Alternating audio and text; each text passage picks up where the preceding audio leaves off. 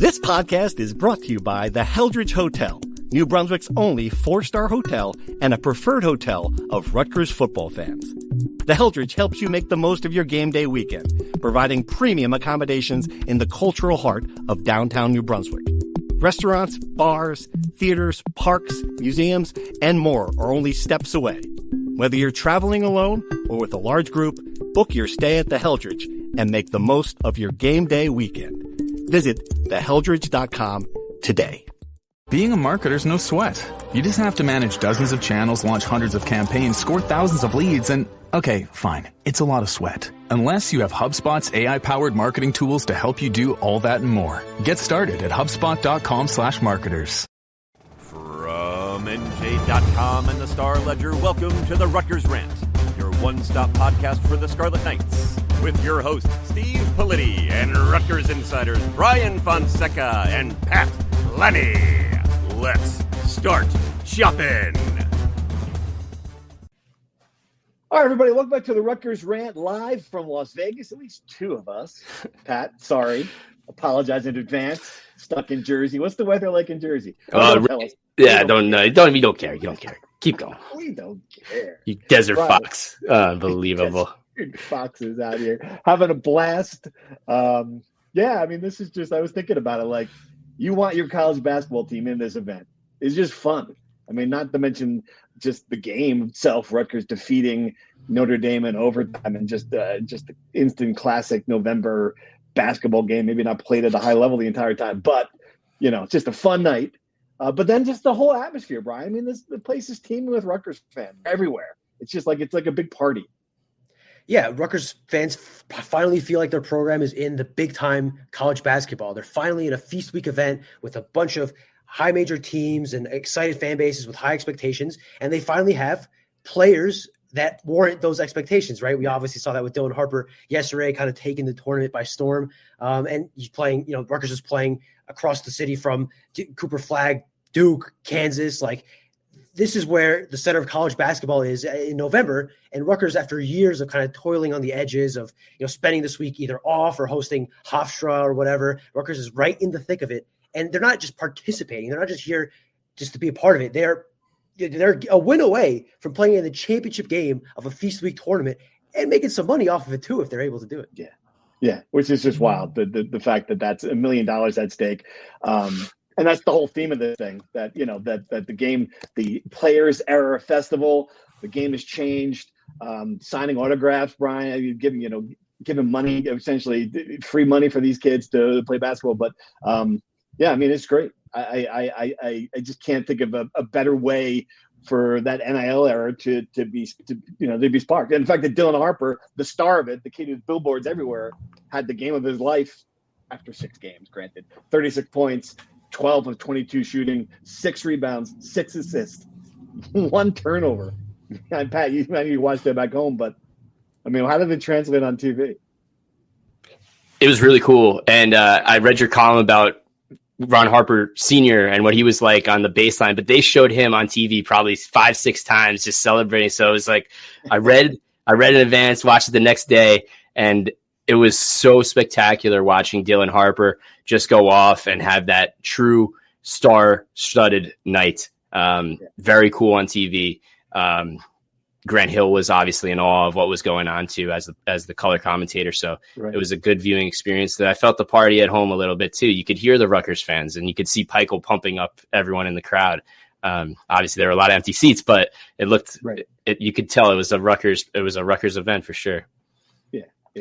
It felt like a little bit, I mean, obviously exaggerating a bit, but a mini wreck, like in the moments when Rutgers needed to stop or the hype was getting up, like you said, Pat, when Pikel was kind of pumping the crowd. It got loud in there, and you kind of felt it must have been 90-10 Rutgers fans to Notre Dame fans, Steve? Yeah, easily.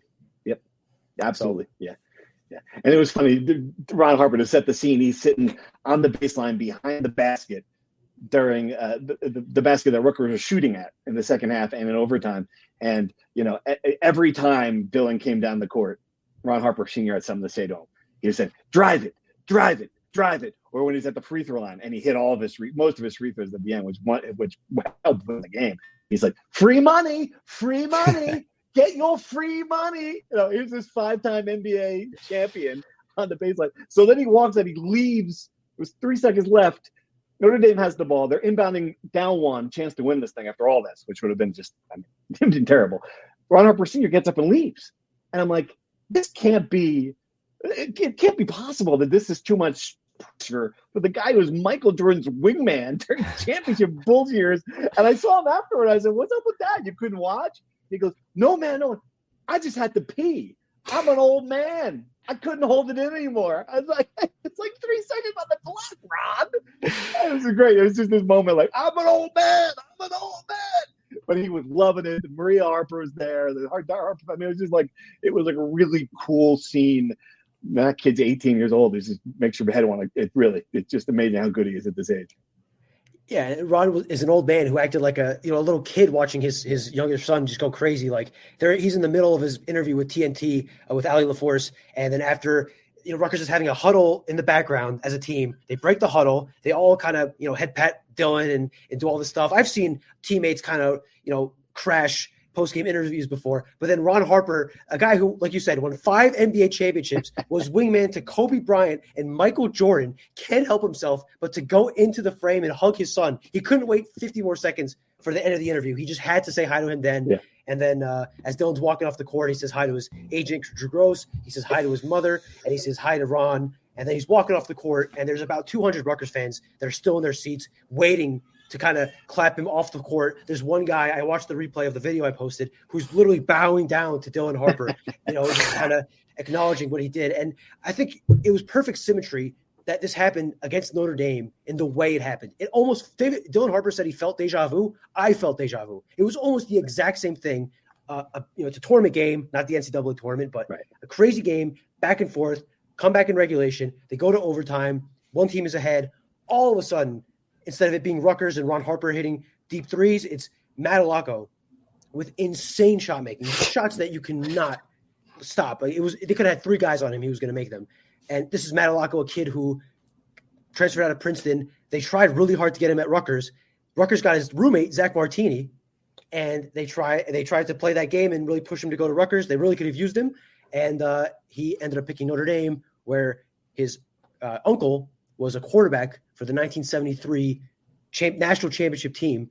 And I think he's fighting his uncle there for a kind of legacy at Notre Dame, because if he wins that game and hits that game-winning shot at the end, then you're talking about one of the more memorable wins for Notre Dame in program history. So just a crazy, crazy game. And after Rutgers got his heart ripped out in Dayton against these guys 3 years ago, it's a new coach, a new roster. But for all the fans that a lot of them were in Dayton, in their seats, they just couldn't leave. I read your column last night from that game. They couldn't get themselves to leave the stadium. They were so upset. Last night, they couldn't get themselves to leave the arena because they wanted to enjoy every last second they possibly could. Yeah, just great synergy. And I get it. That game was more important than this game. But this game feels like the beginning of something, Pat. And that's what I come back to. And what I think one thing concerns me about it is, like, it was a lot of Dylan. A lot of Dylan. I mean, a lot of Dylan Harper. And that's great. He's a great player. The supporting cast, I'm gonna give nods to Jordan Durkak, who was great defensively and was somehow the second option offensively, which I didn't see coming. Give a Tyson Acuff finally 7 rebounds to lead the team. He's a guard. That shouldn't happen in an overtime game. Ace Bailey struggled. Front court was non-existent. He's going to need more help. Got to have some of these guys to pick it up here. No question. And maybe that's the benefit of having 2 superstar scorers, Dylan and Ace Bailey. On a night where Ace Bailey was not his best, his teammate could pick him up and lead the way. There are going to be nights when Dylan Harper struggles and Ace Bailey's going to have to lead the way. You would assume it hasn't happened yet. It hasn't happened yet, but that's how this synergy is going to have to go. And obviously these guys that are here to fill roles around them, they've shown flashes. They've shown they're capable of doing it. It's just a matter of putting it all together in one big game. And obviously the Achilles heel that we've seen, the rebounding, the defensive presence on the interior is just not there. Manny Abole has been a little bit better. Somerville has been great as a freshman, but he's still, I think, a little bit overmatched against these big physical players. So until they put it all together, we'll be waiting. But you're right. But when you have those 2 guys, it gives you so much flexibility that on any given night, one of them's going to go off, I feel like, and that's better than anything. I do want to mention Jeremiah Williams, who made his first start of the year, I believe, coming off that shoulder injury, and had some big moments. He had some floaters when Dylan Harper was getting triple teamed, and he had to find somebody to score. But when it's not him, Jeremiah Williams came up big, hit some floaters, hit a big three in regulation, hit another big three in overtime that really helped them put them over the hump before Matlock went nuclear to tie the game, and was great defensively. He was awesome defensively in the second half against Kennesaw State, and then in the second half when they bear down on Notre Dame and kind of worked their way back, chipped away, and held them defensively, Jeremiah played a big role. So I think the supporting cast was not great. I agree. It was Dylan Harper and then everyone else. But I think Jeremiah and Jordan, to your point, Steve, were really helping him climb back up. Yeah, and we've got to remember that this is a new group together, learning it, and these experiences you would hope would make it a better team later in the year. And that, I think that's what you're looking at now. You want to see these guys develop, and we're gonna throw this to ourselves here. We're recording this before the Alabama game, because we're freaking busy. Only way I can put it. Tomorrow's Thanksgiving. Pat's flying to East Lansing for the game. Brian's staying here. I'm going home. We got Giants on Friday night. I mean, just so much going on that we don't have time to record this after the game. So we're going to throw it to ourselves to talk about Rutgers facing Alabama in what is the second game of this, and is a much stiffer test. So no spoilers for us here, but we'll know the result here in a minute. Hang on. All right, here we are again, Rutgers Rant in Vegas. Quite another basketball game. It would be hard to think that this game could exceed what we saw Rutgers Notre Dame, the overtime game to start this tournament. Rutgers lost this one to Alabama 95-90, but I come out of it feeling better about the Scarlet Knights than I did going in. I don't like to say that this felt like a game in March, an Elite Eight game. That gets said way too much, and the stakes are nowhere near as high. But the level of play was certainly there. Rutgers is going toe-to-toe with a top 10 team that was in the Final Four last year and is almost as good, if not better, this year. Yeah. It's the deepest team Steve Michael has seen in a long time, and Rutgers kept track because they have the best freshman in the country, one of the best players in the Big Ten, in Dylan Harper. They might just have the best player in the country. And I know that probably too soon to say that, but there's going to be a point where that conversation about Dylan Harper is going to happen. And these last 2 days is a pretty good starting point. 36 against Notre Dame, 37 against Alabama. And this is the stat line. This is the number that just my head, I feel like my brains are going to explode. 15 of 16 on the free throw line. I mean, not just the percentage, which is well over whatever it is. It's the number of free throws he took. To me, it's just a remarkable game. Took control, never was out of control, drove into the lane. And then Alabama, it took a bunch of hits. Cliff Omori, the old pal, our old friend from Rutgers, just fouled him, knocked him to the ground. I mean, they were trash talking. It was just a lot of fun watching them play. Just a great game. And again, we've watched these games every year, and a lot of Rutgers fans probably feel FOMO of when is Rutgers going to be there? Yeah. And they're there now. Yeah. Dylan Harper has coaches, elite coaches, completely befuddled. Nate Oates, you ask him how he's supposed to guard Dylan Harper, and he's saying, well, if you drop coverage, he's going to get right to the rim. If you blitz him, he's going to split the double team and get to the rim. The only chance to have 5 switchable guys to guard him, and the only place they have that, Steve, is in the NBA. Yeah. He made a point, to your point about the free throws, Dylan Harper does what pros do. Guys can get to the free throw line in college. Pros make their free throws. Dylan, to start the second half, 6 of 6 from the field, 7 of 7 from the free throw line. It was a sin that there were any possessions that the ball was not in his hand. I tweeted this, and half joking, unless Alabama was sending 5 guys, sending an all-out blitz, 5 guys to Dylan Harper, the ball should have never left his hands. And he was. I'm running out of adjectives to describe how good Dylan Harper. Yeah, and I think we saw a closer example of 1A on this team. Ace Bailey played a better game than he did in the opener. Had one end of the first half, made the baseline jumper, made a couple other plays at the dunk that I was sitting right on the baseline when he made it. Just an incredible play. I think that's closer to what Rutgers hopes to see from both of them going forward. Obviously, what did you think about Ace today? Yeah, look, he was back to what we come to expect from him. Mm-hmm. He still takes tough shots, but when he hits them, things just look so much better for him and the Rutgers offense. And again, these are things you got to kind of just live with and hope that there's more good than bad. I would say today was one of those days. Hit a big 3 towards the end of the second half that kept Rutgers in the game and gave them a chance to complete the comeback. But they probably needed a little more from him in the second half because they were within 6 to 8 points of Alabama, just kept going, couldn't get quite over the hill. They probably needed another guy alongside Dylan Harper. But more importantly than scoring, they needed somebody that can get a stop and grab a damn rebound. That was the issue that's plagued Rutgers all season. Absolutely killed them this And game. that's what happened at the end. They got a missed free throw. Granted, keep it to a 3-point game. Couldn't get the rebound. So frustrating. Would have had a chance to tie. Would have had a chance to, bring this to another overtime moment. I really wanted to see what Dylan was going to do in that situation with the ball in his hands. Everyone did. Fortunately, rebounding. Yeah. Well, we did see he had an opportunity to tie the game with a minute left, and he does get to the rim, and one of the rare times he just doesn't finish it. It was a shot so tough that even Dylan Harper couldn't make it with his right hand. But yeah, I think the question that everyone has, which is a question I did not think anyone would ever ask me this season, why wasn't Emmanuel Ogbole in the game at the end of the game to grab the rebound because Lathan Somerville couldn't quite corral it? Emmanuel Ogbole, playing against Cliff Omori, he must have had some sort of revenge or prove-it factor there. He played the best game of his Rutgers career by far. He was on double-double watch, grabbing rebounds, scoring points. He did miss a couple of shots, but, to the level of play he had, maybe that's the most encouraging thing of the day. And you know who loved it?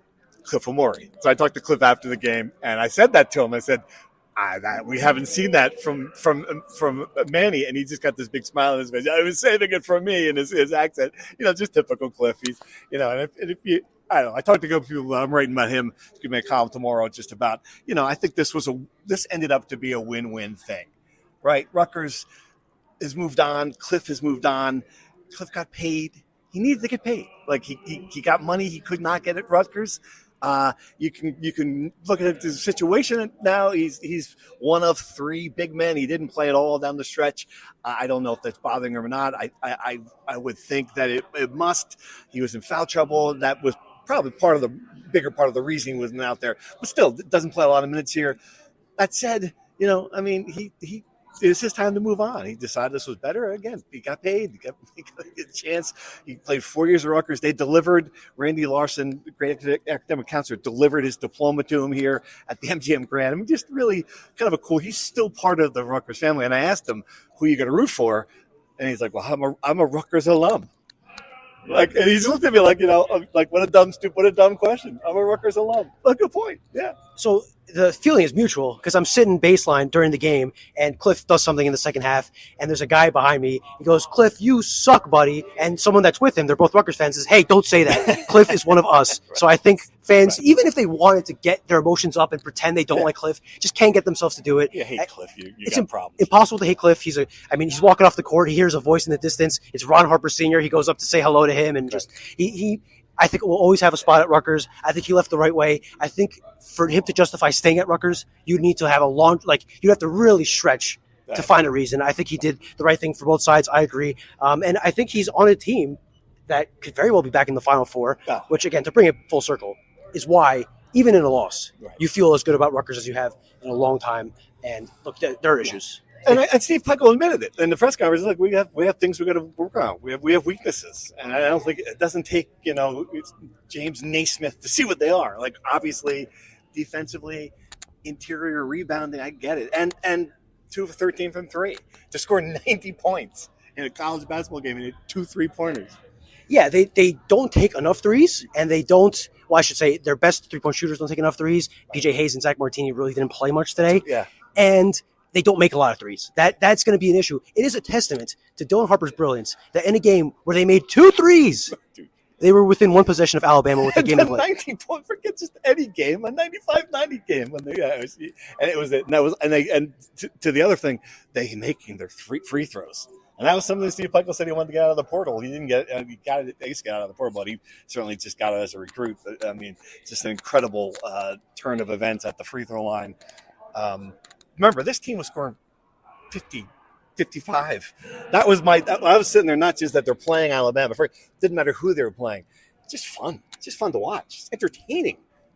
That was the big takeaway. I'm having a hard time adjusting to it myself. Like I still am waiting for the inevitable 50, 54 rock fight. Yeah. I thought that was coming at Merrimack. I thought it was coming against Wagner. Like they just keep scoring the rock. And again, I keep going back to this. It's because they have Dylan frickin' Harper and Ace Bailey on their team. I think it must have.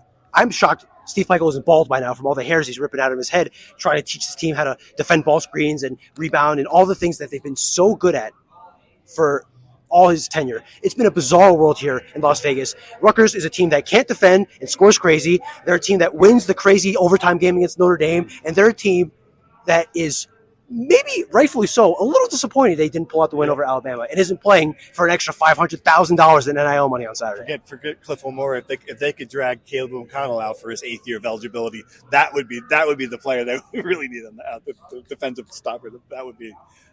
And not to keep this going, but you speak of Caleb McConnell. It reminds me, I'm on Twitter during the game, and you see the guys of the Glory era. You see Geo Baker saying Dylan should keep talking his junk, and you see Caleb McConnell reply to that, and then Ron Harper Jr. replies, "Are you guys really surprised by this?" Obviously, so I just how engaged those guys are with the program still, and just how much they enjoy the success and how these guys are building on it is just awesome to see, and that's a culture thing. That's a thing that good programs have, is guys passing the torch, and just really cool to see. And another fun Twitter thing, TNT had a screen grab of Ron Harper Sr. sipping during the second half. Enjoyed a couple cocktails during the game. As he should, as every red-blooded American should.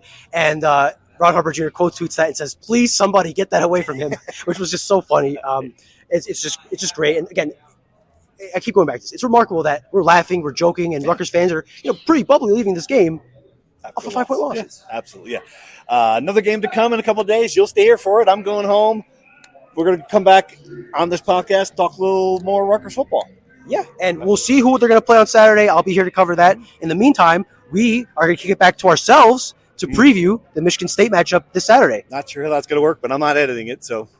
Boom. All right. Thanks, Steve and Brian. We're back with the regular of the podcast. Let's talk some football. I think that it's kind of a big game. After what happened last week against Illinois, losing that game in 38-31, all the stuff that happened to the Illini, dropping a game that really would have put them in a much better position for a bowl game. I am curious now to see how this football team responds. And one thing I will say, like Greg Schiano has faced a lot of adversity in his 16 years at Rutgers. He has dealt with this before, and he's very good, Pat, at rallying a team when things are bad. You were down there this week. Do you get the sense that that's happening this time? There was a vibe, and we asked every player, how do you guys actually move past that heartbreak? And obviously the answer is, well, we turned the page, we went back to work, and that's it. But more so than anything that they can say, or what Greg Schiano can say from behind a podium, it's going to be what happens on the field, of course, right? So they can show it, they can prove it. This team has been knocked down time and time again this season, whether it was the 4-game losing streak or the injury after injury. So all those guys, they replayed the script saying that we just got to do it for the guy next to us. We've been in this spot before. We know how to rally. And to me, they're saying all the right things. And like I said, it'll just come down to if it actually shows on the field. Right. And Michigan State's not a great team. That's the other part of this. Like I'm looking at some of the stats.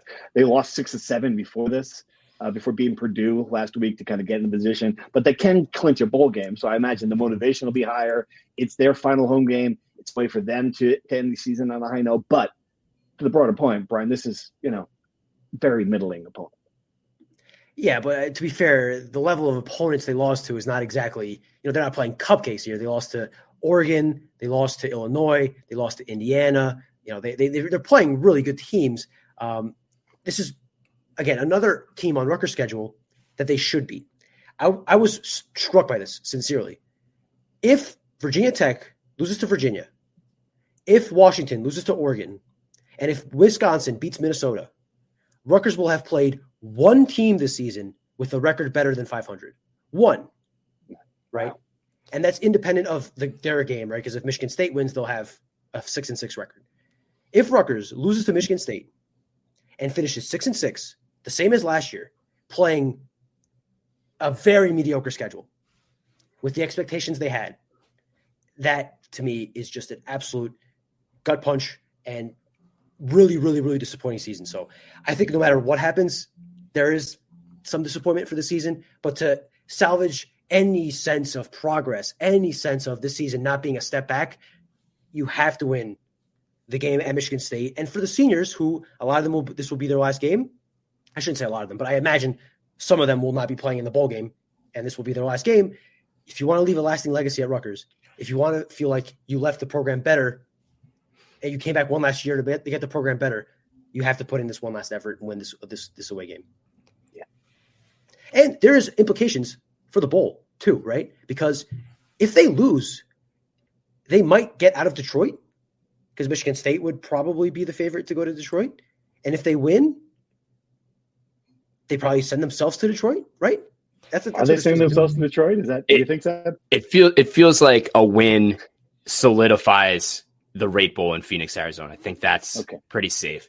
I think a loss, like Brian says, elevates Michigan State into the selection at 6-6 hometown team, and then would send potentially Rutgers to one of the non-7 Big Ten bowl games. Maybe the Boca Raton Bowl is in play, or the Armed Forces Bowl. So it is really interesting. And just to go back on the strength of schedule, I think I had this on Monday. Michigan State is the 13th hardest schedule in the country, and Rutgers is the 55th. And also, Michigan State, all of its losses are to teams that were ranked at the time. So pretty good. I think they lost to Boston College, but that was when they were coming off of the beating Georgia Tech, I think. So they were in the top 25. Yeah. Just to give some color to that point. Right. So you would have Rutgers with a senior laden team coming off its best season in a decade, playing the easiest schedule in the Big Ten, finishing with the same record as a Michigan State team with a first-year head coach coming off a scandalous last coach who was fired, and they're still in headlines today, with a much harder schedule, and they finish with the same record. That really hammers home the point to me that this was the opportunity. Yeah. It's not good. Not good. And you're right. And 7-5 will look a lot better than 6-6. Yeah. All right. You want to play a little know your opponent, the last of the regular season? You thought I forgot this, didn't you? You guys have been paying attention. I thought you were busy out there, Politi. Come on. I'm not busy enough to look up arcane facts about your Big Ten opponents. I'm not that busy, Pat. Okay. Even the craps table. I stepped away from the craps table. I could have won a lot of money. In Vegas. Instead, came back up here. I got to research some trivia about our Michigan State Spartans. And the first question is about the Spartans. So Michigan State, this is true. Michigan State ran a contest in 1925 to select the nickname and came up with the Michigan Staters. This was the contest. That's what they were going to roll with. The sports editor of the Lansing newspaper. This is when, sports editors ran the world here. This is great. The sports editor of the Lansing newspaper decided correctly that this was a terrible nickname. He went back into the contest entries and selected on his own the Spartans. This guy just decided to name them the Spartans. So what happened next? A, the university sued in a case that reached the state Supreme Court before eventually backing down. B, the newspaper began using the nickname, but misspelled Spartan with an O in headlines for several days until one of the sports editor's friends called to correct him. C, Michigan's president, the other university in the state, mocked the name in a letter to the editor, calling it a disgraceful attack on Athenian culture. Or D, the name wasn't adopted as the official nickname in 1987 when another student contest was commissioned. One of those actually happened, which is true. Come on. I'm going C. Michigan, University of Michigan has a lot of clout. You're going C.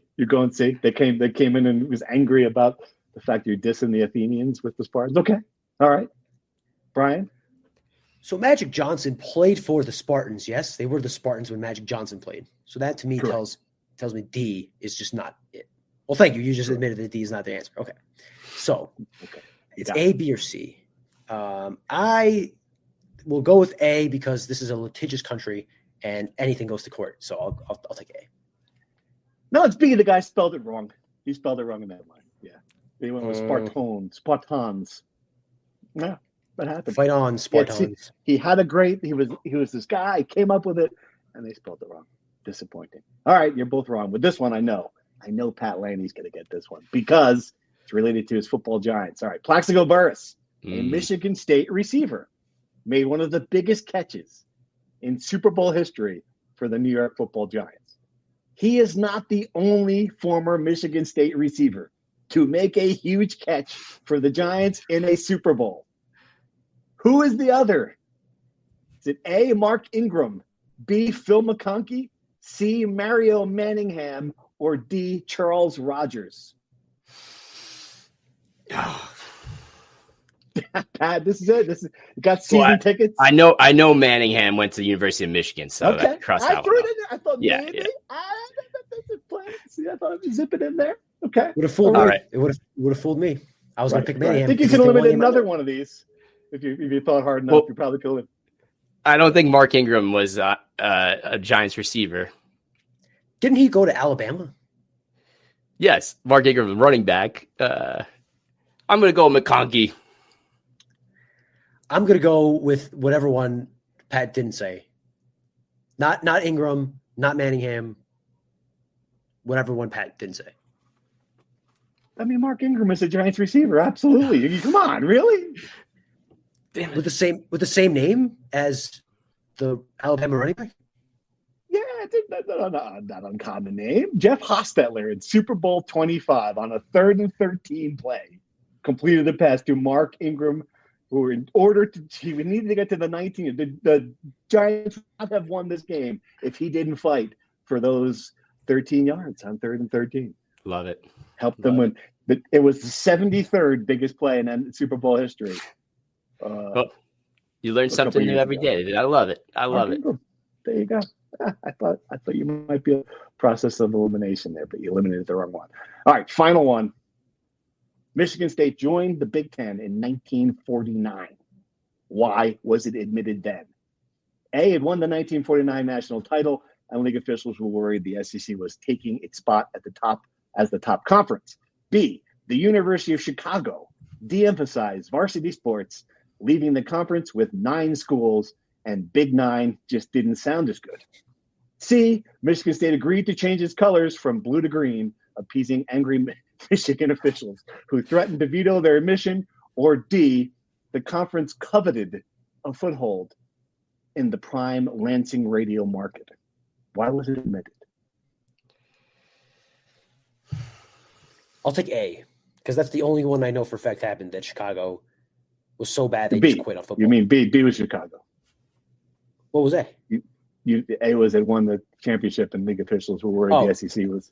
Then I'll take B. Then. Yes, B. Okay. B. Sounds. I agree. Let's go B. It is B. There you go. You got one right. Good job. You salvaged it as always. Thanks for playing.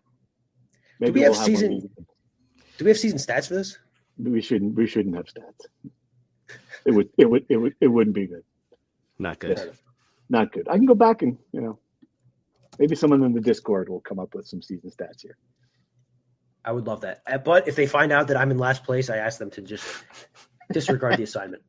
Well, coincidentally, we know you're in last place in the picks, correct? No, that's the land, man. You're in last place. I don't have to look down on the picks anymore. As bad as that was, as bad as that Illinois loss was for Rutgers, it was fine for me because I picked Illinois to win the game correctly, and didn't think it was going to happen like that, certainly, and didn't think I had a chance in heck of being correct until certain timeout froze a certain kicker. But all right, let's get some picks. I think you locked in the title. Then I did lock in the title. Yeah. My God, I was one timeout away from being in a fighting position in this season, in this regular season finale. Now I'm going to lose sleep tonight thinking about this. It's all great. Every game takes on a life of its own, guys. Just like every pick season takes on a life of its own. That's true. Think back to that Howard game, okay, when it was the easiest non-backdoor cover of all time. All right, I'll move on. Yeah. Let's move on. Backdoor cover. Yeah. I don't know where you guys are going, but I'm going to Florida for a good bowl game to play an SEC opponent. That's all I got to say. I'm staying home, I think. I think I have a below 500 record. So the number has fluctuated. It opened as Rutgers -1. It is now Rutgers +2. So I say for a little easy numbers for us, we go Michigan State -2.5. We had half the point. Michigan State -2.5. Okay. All right. Correct. I'm in. Who wants to go first? It's over. You do, champion. Come on, champ. I'll go first. I go, and this is another one. I just don't know what Rutgers team is going to show up. What concerns me more than the motivational part of this for Greg Schiano is I just don't know who's going to be playing. And I like what you saw there at the end of that game against Illinois wasn't just strategy or decision making. It was some young players put in a position where they just weren't ready to play, and that was just the number of injuries that had happened. I think they might be in that same spot, and that kind of concerns me. And going on the road, a motivated Michigan State team. I'm just a little worried about this from the perspective of what Rutgers is going to have here. I think they are better though than the Spartans, so that's kind of where, especially on offense, like that's kind of where I'm weighing this right now. So yeah, I'm just talking around and a long way of postponing to make my actual pick, but I'm going to go with Michigan State to win 21-17 and cover. I agree pretty much on everything. I think the motivation will be there for Michigan State. I don't think there will be a lack of motivation for Rutgers, but when you're playing for a bowl game, that's much stronger incentive than to, save a theoretical step forward for the program or whatever. It's not as tangible as, an extra 15 practices in a day in Detroit. So I think Michigan State is going to want to end their first season with Jonathan Smith on a good note. I think they have a really good quarterback who's going to be a really, really good quarterback in a year or two. And that always helps. So, and it's going to be, in East Lansing and probably freezing. It's late November. So I'll go Michigan State 24, Rutgers 20. Yeah, I think you guys are spot on. I came in thinking that Michigan State has a lot of edges in this game, quarterback, a decent backfield, and a defense that's tougher than I think has shown if you just look at the numbers. I think this playing on the road hasn't been great for Rutgers. It's a tough place to play. Michigan State has a lot more motivation, as you guys mentioned.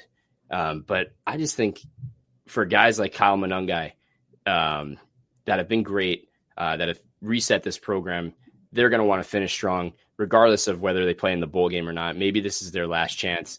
I think that in itself gives Rutgers a little bit of motivation, and they also want to prove that what happened last week, they can get off the mat in a sense. So I'm going to take Rutgers, and I'm going to take Rutgers to win 28-24. All right. All three of us think a close game. I think that's probably going to be the case based on everything we know about these two teams, and we'll see what happens. Pat, if you're right, going to make another prediction. You are correct. Rutgers wins this game. We are in Phoenix, or we are where?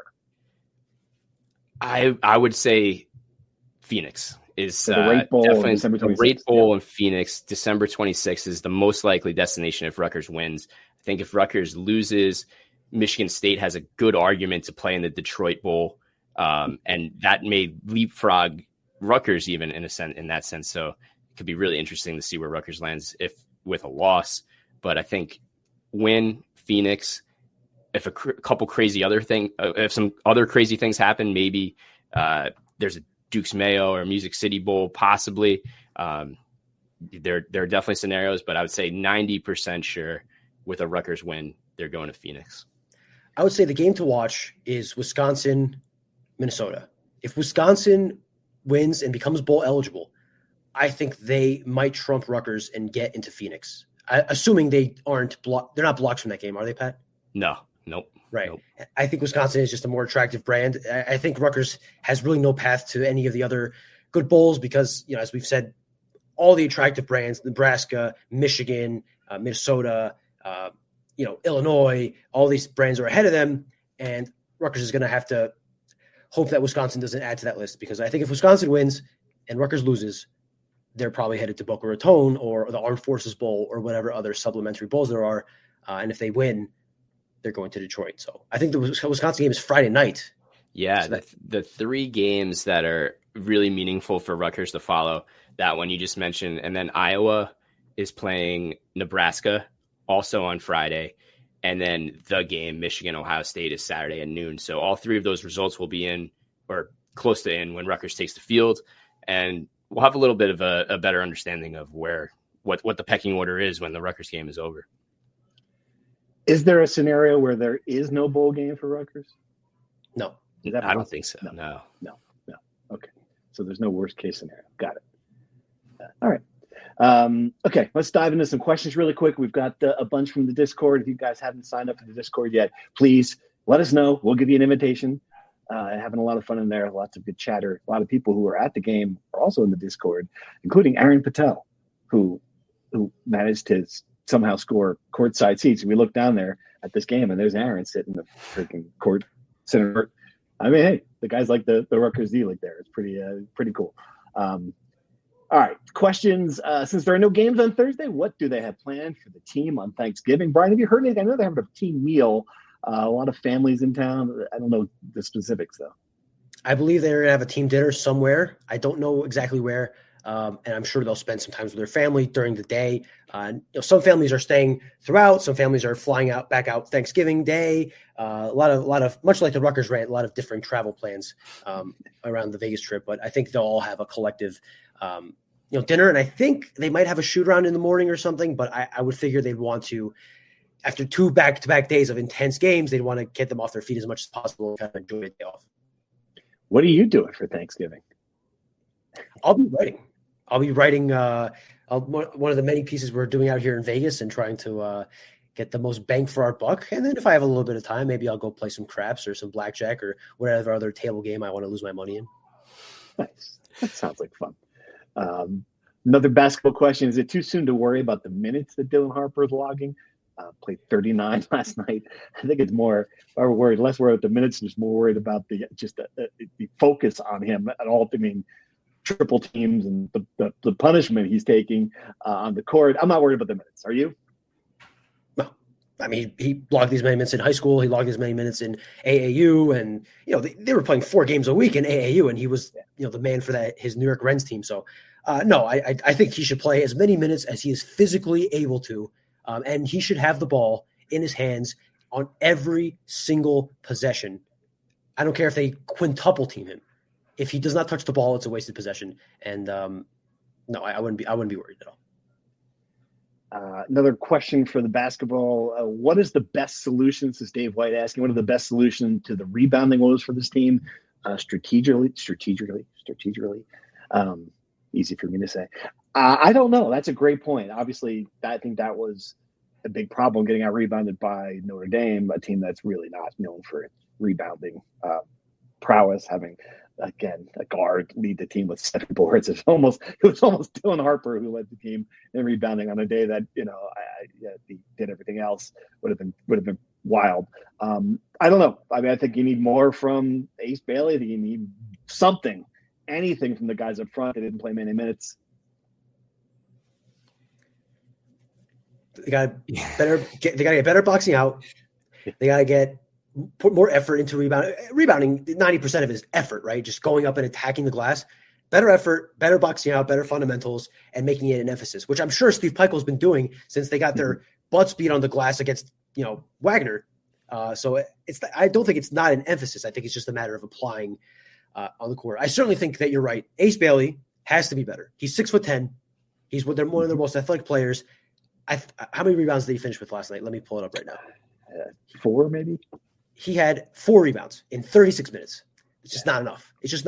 And then the centers were just struggling mightily. I don't know if it's because they're fighting for blocks or what the situation is. They always seem to be out of position and getting beat on the boards.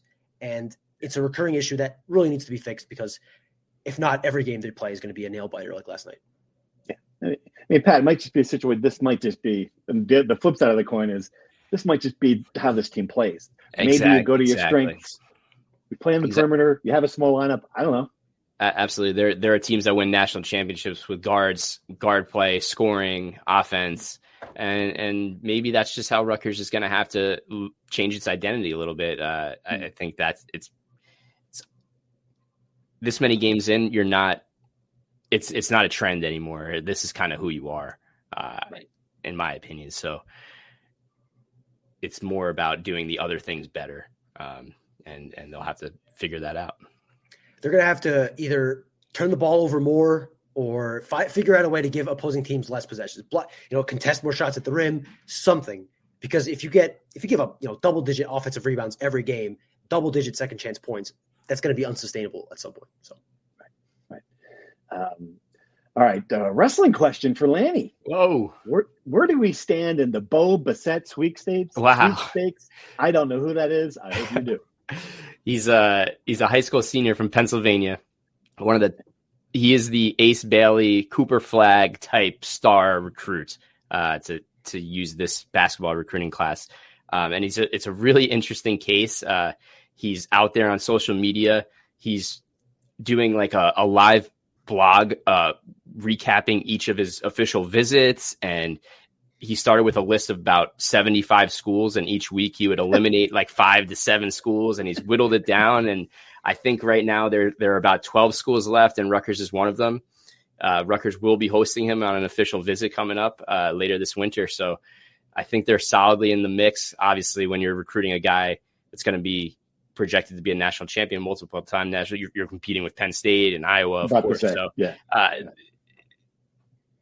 But I don't want to say Rutgers is out of it. They're clearly a part of all of his recaps. Rutgers has done well recruiting Pennsylvania lately, and it might just be this kid has a shot at Rutgers. So it's really fascinating. Definitely stay in the loop on this one. We'll have to recap this in a month. Yeah. NIL thing for this kid. Absolutely. Yeah. I would assume. Okay. So I know how it ends, and it's not going to be good. That's my prediction. I'm going to make a prediction. Going to make a call on this wrestler who I'd never heard of until 40 seconds ago. He's going to Penn State, but we'll see. I don't know. So someone should give this kid a marketing degree before he even gets to college. I mean, talk about building attention. This is what name, image, and likeness is supposed to be, right? This kid has built his own brand. Like, he is out there making money. He has he's pushing products, and he has endorsements as a high school kid. You're absolutely right, Brian. He might even have a marketing degree already. That's how into this is. It's really. He understands his power in that a lot, obviously recruits, a lot of them talk to reporters and they get those stories out, and he cuts out the middleman, starts a blog that if he enrolls at Rutgers, it'll be the second, third, fourth biggest outlet covering Rutgers sports. If he has a daily blog, and he's building hype. 75 teams he's eliminating. That's crazy. That's awesome. A question on Twitter, which is funny. My two buddies are in Vegas for the games, and they saw Steve Politi at the blackjack table after the big win and claim he hit on 19 not once but twice. Any explanation on that? He seems to have Shiano-esque game management skills, but not a team guy. Interesting. Yeah, no, I got to tell you, it's true. No, it's not. No, it's not. Oh, true. my God. Oh, my God. I did play a little blackjack. Let me tell you, I was down there at some craps today. Kid in a Creighton blazer, never played. Young guy, never played craps in his life. I don't think he knew the rules. He kept on asking, oh, what do we get? What does that mean? And he just kept on hitting the point. This kid I don't think he made himself like $20, but good for Politi. That's all I got to say about that. Can leave that right there. What else we got? Don't ice yourself when you're shooting. That's it. Do you want to talk about your gambling, Brian? Maybe not. A little less so. Well, no, you saw the unfortunate side effect of when I lose gambling, I start going on tilt at record speeds, and the blackjack dealers, every table in this casino is conspiring against me to just make me lose in the most soul-crushing ways, like 7-card 21s, just absolutely demolishing my spirit. But I'll be back there tonight, and I will avenge myself eventually. If you keep gambling enough, eventually you'll make your money back. Yeah, right. That's how it works. Right. 99% of gamblers quit right before they hit a big break. Right. So I'm just 3, 4, 5 more cards away from making my yearly salary at the blackjack table. Pat, let me ask your advice. Hypothetically speaking, if you were in Vegas with someone, a colleague, say, hypothetically, and that colleague went from 0 to playing at full tilt at a blackjack table within like 7 minutes, what do you do? And it's really none of your business, but Do you feel like you have to maybe say something? I mean, what is the, like, if you're the Miss Manners of gambling? Yeah. Okay. What Well, advice listen, would you give me on that situation? I mean, just hypothetically again. Hypothetically, I always believe that the Rutgers Rant is a brotherhood and a family. So I would tell you the advice I would give you would be, forget about me. I love you. And in this situation, I'm rescuing you off of that full tilt scenario.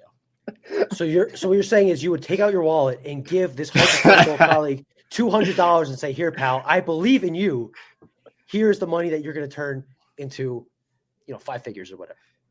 That's what I did. I would. Yeah. Sorry. Go ahead, Steve. I just kind of, gave a little look and tried to, like, a little comment. Oh, okay. Taking out your wallet again, huh? Like, I just tried a little, like, subtle, oh, is that a good idea? Huh? No. But it did not register. But that's all right. But again, it's Vegas. Whatever happened in Vegas stays in Vegas unless you host a podcast, in which case, apparently, you've just got to talk about it. So we'll be back down there tonight. I feel better about you tonight. And that I don't. I don't. I'm surprised I still have a shirt on recording this podcast. I was a couple hands away from having to give away all my my luggage.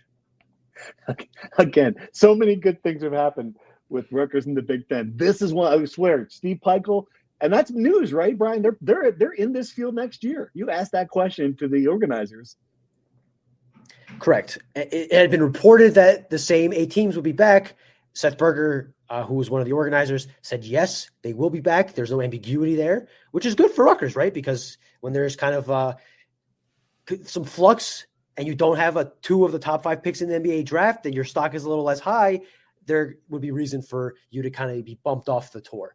So for Rutgers to come back next year and to have that selling point in recruiting that they'll have at least $1 million in NIL, or how much more, who knows how much they're going to have next year, especially because it seems like the first day of this was a success. That'll certainly help in recruiting to find the next Dylan Harper or Ace Bailey, or at least someone to fill in their spots. So yeah, it's good. And I think, listen, I'm glad to be back here next year. I'm not complaining. Eventually, you're going to have a family to deal with on Thanksgiving, but not yet. So that's good. It's good. Not yet. Is he gonna survive this week, Politi? Again, am I his keeper? Do I have to, certain point here? Might have to give some brotherly advice. How about that for a cliffhanger? We'll be back on Tuesday to see if Rutgers wins the Players Era Festival, if they beat Michigan State and qualify for a better bowl game, and if Fonseca survives this trip. 3 big cliffhangers. I don't think we've ever had a show that dangles more out to our listeners than this one. Heading back for the podcast on Monday. Who knows what we're going to find? You're going to have to tune in and listen. Thanks for listening. Thank you for listening to the Rutgers Rant. To participate in the conversation and receive live updates about the Scarlet Knights directly to your phone, sign up at NJ.com/insider.